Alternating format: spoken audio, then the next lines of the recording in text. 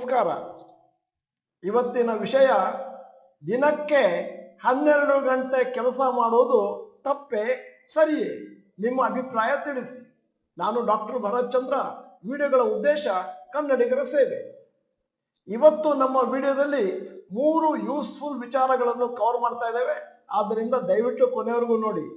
ನೀವೇನಾದರೂ ಡಾಕ್ಟರ್ ಭರತ್ ಚಂದ್ರ institute Kannada channel member ಅಲ್ಲ ಅಂತಂದ್ರೆ ಇದೀಗ ಸಮಯ ಸಬ್ಸ್ಕ್ರಿಪ್ಷನ್ ಬಟನ್ ಬೆಲ್ ಐಕಾನ್ ಒತ್ತಿ. ವಿಡಿಯೋ ಚೆನ್ನಾಗಿದ್ರೆ ಲೈಕ್ ಬಟನ್ ಒತ್ತೋದನ್ನು ಮರಿಬೇಡಿ ಮತ್ತು ವಿಡಿಯೋನ ಕೊನೆವರೆಗೂ ನೋಡಿ ಮತ್ತು ಇತರರಿಗೂ ಫಾರ್ವರ್ಡ್ ಮಾಡಿ. ಮೊನ್ನೆ ಇನ್ಫೋಸಿಸ್ ಫೌಂಡರ್ ನಾರಾಯಣ್ ಮೂರ್ತಿಯವರು ಒಂದು ಸ್ಟೇಟ್ಮೆಂಟ್ ಕೊಟ್ಟರು. ಭಾರತ ಏನಾದರೂ ಇನ್ನೂ ಫಾಸ್ಟ್ ಆಗಿ ಡೆವಲಪ್ ಆಗಬೇಕು, ಇನ್ನಷ್ಟು ಅಭಿವೃದ್ಧಿಯನ್ನು ಕಾಣಬೇಕು ಅಂತಂದ್ರೆ ಭಾರತದಲ್ಲಿರುವಂಥ ಯುವ ಜನಾಂಗ ಕನಿಷ್ಠ ಪಕ್ಷ 70 ಗಂಟೆ ಒಂದು ವಾರಕ್ಕೆ ಕೆಲಸ ಮಾಡಬೇಕು. ಅದನ್ನ ನಾವು ಅರ್ಥೈಸಿದ್ರೆ ಹೇಗಾಗುತ್ತೆ ಅಂತಂದ್ರೆ, ಅಕಸ್ಮಾತ್ 5 ದಿನ ವಾರದಲ್ಲಿ ಕೆಲಸ ಮಾಡ್ತಾರೆ ಅಂತಂದ್ರೆ ಒಂದು ದಿನಕ್ಕೆ 14 ಗಂಟೆ ಕೆಲಸ ಮಾಡಬೇಕಾಗುತ್ತೆ. ಅಥವಾ 6 ದಿನ ಕೆಲಸ ಮಾಡ್ತಾರೆ ಯುವ ಜನಾಂಗ ಅಂತಂದ್ರೆ ಅವಾಗ ಒಂದು ದಿನಕ್ಕೆ 11.5 ಗಂಟೆ ಕೆಲಸ ಮಾಡಬೇಕಾಗುತ್ತೆ. ಆದ್ದರಿಂದ ಇದು ತಪ್ಪೋ ಸರಿಯೋ ಅನ್ನೋದಕ್ಕೆ ಬೇಕಾದಷ್ಟು ಡಿಬೇಟು ನಮ್ಮ ದೇಶದಲ್ಲಿ ನಡೀತಾ ಇದೆ. ಬಹಳ ಜನ ಅದು ತಪ್ಪು ಅಂತ ಹೇಳಿದ್ದಾರೆ. ಬಹಳ ಜನ ಈ ತರ ಮಾಡಿದ್ರೇನೆ ನಮ್ಮ ದೇಶ ಮುಂದಕ್ಕೆ ಹೋಗೋದು. ಚೈನಾ ಮತ್ತು ಅಮೆರಿಕ, ಫ್ರಾನ್ಸು, ಇಟಲಿ ಮತ್ತು ಜಪಾನಿಂದ ಮುಂದಕ್ಕೆ ಹೋಗ್ಬೇಕಂದ್ರೆ ಇದೊಂದೇ ದಾರಿ ಅಂತ ಹೇಳಿದವರು ಇದ್ದಾರೆ. ಅಲ್ಲದೆ ಕೆಲವರು ಹೇಳ್ತಾರೆ 12 ರಿಂದ 14 ಗಂಟೆ ಕೆಲಸ ಮಾಡಿದ್ರೆ ಸ್ಟ್ರೆಸ್ ಲೆವೆಲ್ ಜಾಸ್ತಿ ಆಗುತ್ತೆ, ಆರೋಗ್ಯ ಕೆಟ್ಟೋಗುತ್ತೆ, ಹಾರ್ಟ್ ಅಟ್ಯಾಕ್ ಸ್ಟಾರ್ಟ್ ಆಗುತ್ತೆ, ಅದಾದ್ಮೇಲೆ ಡಯಾಬಿಟೀಸ್ ಇಂಥ ಕಾಯಿಲೆಗಳೆಲ್ಲ ಪ್ರಾರಂಭ ಆಗೋಗುತ್ತೆ ಮತ್ತು ಫ್ಯಾಮಿಲಿಯಲ್ಲಿ ಒಂದಷ್ಟು ಸಮರಸ ಇಲ್ಲದೆ ಇರ್ಬೋದು, ಗಂಡ ಹೆಂಡತಿ ಜಗಳ ಆಗ್ಬೋದು ಅಂತ ಬಹಳ ಜನ ಅದರ ಬಗ್ಗೆ ಅಭಿಪ್ರಾಯವನ್ನು ಹಾಕಿದ್ದಾರೆ. ಇವತ್ತು ನಿಮ್ಮ ಮುಂದೆ ಒಂದಷ್ಟು ಅಂಕಿ ಅಂಶಗಳನ್ನು ಇಡ್ತಾ ಇದ್ದೇನೆ. ಈ ಅಂಕಿ ಅಂಶ ಇರುವ ಉದ್ದೇಶ ಏನು ಅಂತಂದ್ರೆ, ಯಾವ ರೀತಿಯಲ್ಲಿ 14 ಗಂಟೆ ಕೆಲಸ ಮಾಡಿದ್ರೆ ಭಾರತ ಮುಂದಕ್ಕೆ ಹೋಗುತ್ತೆ ಅಂತ ಯಾರು ಹೇಳ್ತಾರೋ ಅವರು ಕೂಡ ನೋಡ್ಬೇಕು ಯಾವ ರೀತಿ ಸಂಬಳ ಹಿಂದಿನ ದಿನಗಳಿಗಿಂತ ಇಂದಿನ ದಿನಗಳಲ್ಲಿ ಏನಾಗಿದೆ, ಮೇಲಕ್ಕೆ ಹೋಗಿದೆಯೋ ಕಮ್ಮಿ ಹೋಗಿದೆಯೋ. ಯಾಕಂದ್ರೆ ಒಬ್ಬ ವ್ಯಕ್ತಿ 14 ಗಂಟೆ ಕೆಲಸ ಮಾಡ್ತಾನೆ ಅಂತಂದ್ರೆ ಅವನ ಸಂಬಳ ಹಿಂದಿನ ದಿನಗಳಿಗಿಂತ ಜಾಸ್ತಿ ಇರಲೇಬೇಕಾಗುತ್ತೆ. ಈಗ ನಿಮ್ಮ ಮುಂದೆ ಒಂದು ಟ್ಯಾಬ್ಲರ್ ಕಾಲಮ್ ಅನ್ನು ಇಟ್ಟಿದ್ದೇನೆ. Comparison of fresher and CEO pay in IT company. ಯಾವ ರೀತಿ ಸಿಇಒಗಳಿಗೆ 8-10 ಗಂಟೆ 12 ಗಂಟೆ ಕೆಲಸ ಮಾಡಿದ್ರೆ ಸಂಬಳ ಬರುತ್ತೆ, ಆದ್ರೆ ಫ್ರೆಶರ್ಸಿಗೆ ಸಂಬಳನೇ ಬರ್ತಾ ಇಲ್ಲ ಅನ್ನುವಂತ ಒಂದು ಟ್ಯಾಬ್ಲರ್ ಕಾಲಮ್ ದಯವಿಟ್ಟು ಕೂಲಂಕುಷವಾಗಿ ನೋಡಿ ಅರ್ಥ ಮಾಡ್ಕೊಳ್ಳಿ. ಇನ್ಫೋಸಿಸ್ ನಲ್ಲಿ 2012ರಲ್ಲಿ 80 ಲಕ್ಷ ಸ್ಯಾಲರಿ ಕೊಡ್ತಾ ಇದ್ರು ಸಿಇಒಗೆ. ಈಗ 2022ರಲ್ಲಿ ಅದೇ ಸ್ಯಾಲರಿ 79.75 ಕ್ರೋರ್ಸ್ ಆಗೋಗಿದೆ. ವಿಪ್ರೋದಲ್ಲಿ 5.1 ಇದ್ದದ್ದು ಕ್ರೋರ್ಸು ಈಗ 64 ಕ್ರೋರ್ ಆಗಿದೆ. TCS ನಲ್ಲಿ 8 ಕೋಟಿ ಹಿಂದಿನ ದಿನಗಳಲ್ಲಿ ಅಂದ್ರೆ 2012ರಲ್ಲಿ ಇದ್ದದ್ದು ಈಗ 2022ರಲ್ಲಿ 34 ಕೋಟಿ ಆಗಿದೆ. HCL 8.4 crores versus 22 crores. Tech Mahindra 1 crore versus 29 crores. ಅದೇ ಫ್ರೆಶರ್ಸ್ ಒಂದು ವರ್ಷದ ಸ್ಯಾಲರಿ ನೋಡಿ, 2012ರಲ್ಲಿ 2.75 lakhs, ಇವಾಗ 3.6 lakhs. 10 ವರ್ಷದಲ್ಲಿ ಡಬಲ್ ಕೂಡ ಆಗಿಲ್ಲ. 2012ರಲ್ಲಿ ವಿಪ್ರೋದಲ್ಲಿ 2.4 lakhs, ಈಗ 3.5 lakhs. TCS ನಲ್ಲಿ 1.6 ಇದ್ದದ್ದು ಈಗ 4 lakhs ಆಗಿದೆ. HCL ನಲ್ಲಿ 3 lakhs ಇದ್ದದ್ದು 3.5 lakhs ಆಗಿದೆ. ಟೆಕ್ ಮಹೀಂದ್ರದಲ್ಲಿ 2.5 lakhs ಇದ್ದದ್ದು ಈಗ 3.4 lakhs ಮಾತ್ರ ಆಗಿದೆ. ಆದ್ದರಿಂದ ಇದನ್ನು ನೀವು ಸೂಕ್ಷ್ಮವಾಗಿ ಗಮನಿಸಿದ್ರೆ ನಮ್ಮ ಸಿಇಒಗಳಿಗೆ ಅಂದಾಜು ಒಂದು 3 ರಿಂದ 10 ಟೈಮ್ಸ್ ಕಳೆದ 10 ವರ್ಷದಲ್ಲಿ ಜಾಸ್ತಿ ಆಗಿದೆ. ಕೆಲವು ಕೇಸಸ್ ಇನ್ನೂ ಜಾಸ್ತಿ. ಆದರೆ ಫ್ರೆಶರ್ಸ್ಗೆ 20 ರಿಂದ 30% ಸ್ಯಾಲರಿ ಹೈಕು ಕೂಡ ಆಗಿಲ್ಲ ಕಳೆದ 10 ವರ್ಷದಲ್ಲಿ.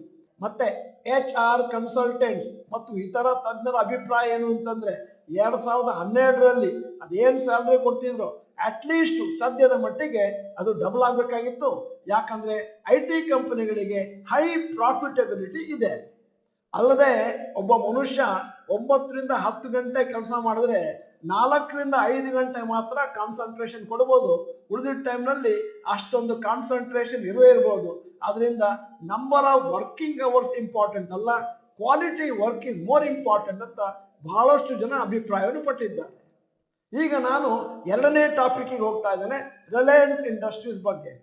ಮೊನ್ನೆ ಶುಕ್ರವಾರ ಸಾಯಂಕಾಲ ರಿಲಯನ್ಸ್ ಇಂಡಸ್ಟ್ರಿ ರಿಸಲ್ಟ್ ಬಂತು. ಅದು ಬೆಟರ್ ದೆನ್ ಅನಲಿಸ್ಟ್ ಎಕ್ಸ್ಪೆಕ್ಟೇಷನ್. ಅದರ ಬಗ್ಗೆ ಒಂದು ವಿಸ್ತೃತವಾದಂಥ ವಿಡಿಯೋ ಮಾಡಿದ್ವಿ. ಅದನ್ನ ನೀವು ಸ್ಯಾಟರ್ಡೇ ಅಂದ್ರೆ ಶನಿವಾರ ನಮ್ಮ ಯೂಟ್ಯೂಬ್ನ ಲೈಬ್ರರಿ ಹುಡುಕಿದ್ರೆ ಸಿಗುತ್ತೆ ಕ್ವಾರ್ಟರ್ ರಿಸಲ್ಟ್ ಬಗೆಗೆ. ಅಲ್ಲದೆ ನಾವು ಎಕ್ಸ್ಪೆಕ್ಟ್ ಮಾಡಿದ್ವಿ, ಬಹಳ ಜನ ಅದನ್ನ ಕರೆಕ್ಟ್ ಆಗಿ ಗೆಸ್ ಕೂಡ ಮಾಡಿದ್ರು. Quarterly results in favour of Reliance ಇದ್ದದ್ರಿಂದ ಇವತ್ತು 2% ಮಾರುಕಟ್ಟೆಯಲ್ಲಿ ರಿಲಯನ್ಸ್ ಮೇಲಕ್ಕೆ ಹೋಗಿದೆ. ಮತ್ತು ಬ್ರೋಕರೇಜ್ ಕಂಪನಿಯವರು ಈ ರಿಸಲ್ಟ್ ಅನ್ನು ನೋಡಿಕೊಂಡು ರಿಲಯನ್ಸ್ ನ ಟಾರ್ಗೆಟ್ ಪ್ರೈಸ್ ಅನ್ನು ಒಂದಷ್ಟು ಮಾಡಿಫೈ ಮಾಡಿದ್ದಾರೆ, ಅಪ್ವರ್ಡ್ಸ್ ರಿವಿಷನ್ ಜಾಸ್ತಿ ಮಾಡಿದ್ದಾರೆ. ನಿಮ್ಮ ಮುಂದೆ revise target price of Reliance Industries ಇವತ್ತಿನ ರೇಟು 2319. ನಮೂರಾ ಕಂಪನಿಯವರು ರೇಟಿಂಗ್ ಬೈ ಅಂತಾನೆ. ಟಾರ್ಗೆಟ್ ಬಿಫೋರ್ ರಿಸಲ್ಟ್ಸ್ ಮಾಹಿತಿ ಇಲ್ಲ, ಟಾರ್ಗೆಟ್ ಆಫ್ಟರ್ ರಿಸಲ್ಟ್ಸ್ 2925. ಜೆಫ್ರೀಸ್ ಕಂಪನಿ target before 2095, after quarter results 3000. Morgan Stanley target before results 2821, target after results 2821. ಮೆಕ್ಹೈರ್ ಕಂಪನಿಯವರು ರೇಟಿಂಗ್ ನ್ಯೂಟ್ರಲ್ ಅಂತಾರೆ, ಬೈ ಅಂತ ಹೇಳ್ತಾ ಇಲ್ಲ, ಡೋಂಟ್ ಬೈ ಅಂತಲೂ ಹೇಳ್ತಾ ಇಲ್ಲ. Target before results 2100, target after results 2200.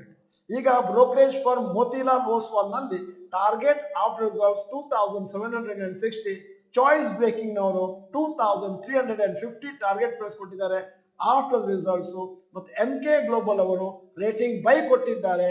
Target before results ನಮ್ಮ ಮುಂದೆ ಮಾಹಿತಿ ಇಲ್ಲ, ಟಾರ್ಗೆಟ್ ಆಫ್ಟರ್ ರಿಸಲ್ಟ್ಸ್ 2730.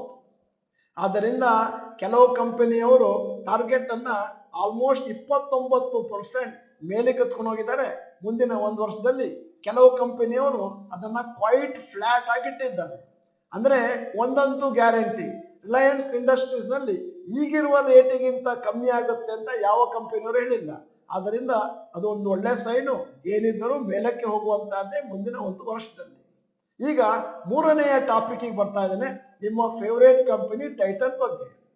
ಒಂದು ವರದಿಯ ಪ್ರಕಾರ ಟೈಟನ್ ಕಂಪನಿಯವರು ಒಂದು ಹೊಸ ಇನ್ವಿಟೇಷನಲ್ ಬೇಸಿಸ್ ಅಲ್ಲಿ ಒಂದು ಎಕ್ಸ್ಕ್ಲೂಸಿವ್ ಸ್ಟೋರ್ ಅನ್ನ ಓಪನ್ ಮಾಡ್ತಾ ಇದ್ದಾರೆ ಡೆಲ್ಲಿಯಲ್ಲಿ, ಓನ್ಲಿ ಫಾರ್ ಲಾಯಲ್ ಕಸ್ಟಮರ್ಸ್. ಆ ಸ್ಟೋರ್ ನಲ್ಲಿ ಹೈ ಎಂಡ್ ಜ್ಯುವೆಲರಿನ ಮಾತ್ರ ಮಾಡ್ತಾರೆ. ಮಿನಿಮಮ್ ಟಿಕೆಟ್ ಸೈಜ್ 10 ಲಕ್ಷ, ಅದ್ರ ಮೇಲೆನೆ ಇರುವಂತದ್ದು. ಇದನ್ನ ಸೆಟಪ್ ಮಾಡ್ತಿರುವಂತ ಆಫೀಸು 17,000 ಸ್ಕ್ವೇರ್ ಫುಟ್ ಅಲ್ಲಿ ಡೆಲ್ಲಿಯಲ್ಲಿ ಬರ್ತಾ ಇದೆ. ಇದನ್ನ ಆನ್ ಎ ಪೈಲಟ್ ಬೇಸಿಸ್ ಮೇಲೆ ಡೆಲ್ಲಿಯಲ್ಲಿ ಪ್ರಾರಂಭ ಮಾಡ್ತಾರೆ. ಅದಾದ್ಮೇಲೆ ರೆಸ್ಪಾನ್ಸ್ ನೋಡಿಕೊಂಡು ಈ ತರ ರಾಜ್ಯಗಳಲ್ಲಿ, ಈ ತರ ಮೆಟ್ರೋ ಸಿಟೀಸ್ ಅಲ್ಲಿ ಓಪನ್ ಮಾಡುವಂತಹ ಒಂದು ಪ್ಲಾನ್ ಇದೆ ಎನ್ನುವಂತಹದ್ದು ಟೈಟನ್ ಅವರ ವರದಿ.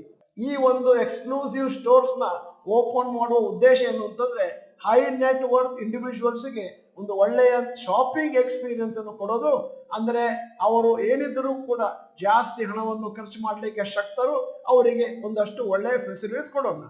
ಈ ಸಂದರ್ಭದಲ್ಲಿ ಇನ್ನೊಂದು ವಿಚಾರವನ್ನು ಕೂಡ ನಿಮ್ಮ ನೆನಪಿಟ್ಕೋಬೇಕು. ಯಾಕಂದ್ರೆ ಹೈ ನೆಟ್ ಇಂಡಿವಿಜುವಲ್ಸ್ ಬೈ ಮಾಡಬೇಕಾದ್ರೆ 10 ಲಕ್ಷಕ್ಕಿಂತ ಮೇಲಿನ ಜ್ಯುವೆಲರಿನ ಬೈ ಮಾಡಬೇಕಾದ್ರೆ ಅದರಲ್ಲಿ ನೆಟ್ ಮಾರ್ಜಿನ್ ಕೂಡ ಜಾಸ್ತಿ ಇರುತ್ತೆ. ಕಾದು ನೋಡಬೇಕು ಮುಂದಿನ ದಿನಗಳಲ್ಲಿ ಟೈಟನ್ ಶೇರು ಮೇಲಕ್ಕೆ ಹೋಗುತ್ತೋ ಕೆಳಗೆ ಬರುತ್ತೋ ಅಂತ. ಇವತ್ತು ಈ ವಿಡಿಯೋದ ಕೊನೆಯಲ್ಲಿ ಇವತ್ತಿನ ಹಾಟ್ ಟಾಪಿಕ್, ಅದೇನು 12 ಗಂಟೆ ಕೆಲಸ ಮಾಡೋದಿದೆಯಲ್ಲ ನಾರಾಯಣ ಮೂರ್ತಿ ಹೇಳಿರೋದು, ಅದು ಸರಿಯೇ ತಪ್ಪೇ ಅಂತ ನಿಮ್ಮ ಹತ್ರ ಕೇಳ್ತಾ ಇದ್ದೇನೆ. ರೈಟ್ ಆರ್ ರಾಂಗ್ ಅಂತ ನೀವು ನಿಮ್ಮ ಚಾಟ್ ಬಾಕ್ಸ್ ನಲ್ಲಿ ಟೈಪ್ ಮಾಡಬಹುದು. ನೀವು ಡಾಕ್ಟರ್ ಭರತ್ ಚಂದ್ರ ಇನ್ಸ್ಟಿಟ್ಯೂಟ್ ಕನ್ನಡ ಚಾನೆಲ್ ಮೆಂಬರ್ ಅಲ್ಲ ಅಂತಂದ್ರೆ ಇದೀಗ ಸಮಯ. ಸಬ್ಸ್ಕ್ರಿಪ್ಷನ್ ಬಟನ್, ಬೆಲ್ ಐಕಾನ್ ಒತ್ತಿ. ವಿಡಿಯೋ ಚೆನ್ನಾಗಿದ್ರೆ ಲೈಕ್ ಬಟನ್ ಒತ್ತೋದನ್ನು ಮರಿಬೇಡಿ. ವಿಡಿಯೋನ ನಿಮ್ಮ ಎಲ್ಲಾ ಸ್ನೇಹಿತರಿಗೂ ಫಾರ್ವರ್ಡ್ ಮಾಡಿ. ವಿಡಿಯೋನ ಸಂಪೂರ್ಣವಾಗಿ ನೋಡಿದ್ದಕ್ಕೆ ಧನ್ಯವಾದಗಳು. ನಮಸ್ಕಾರ.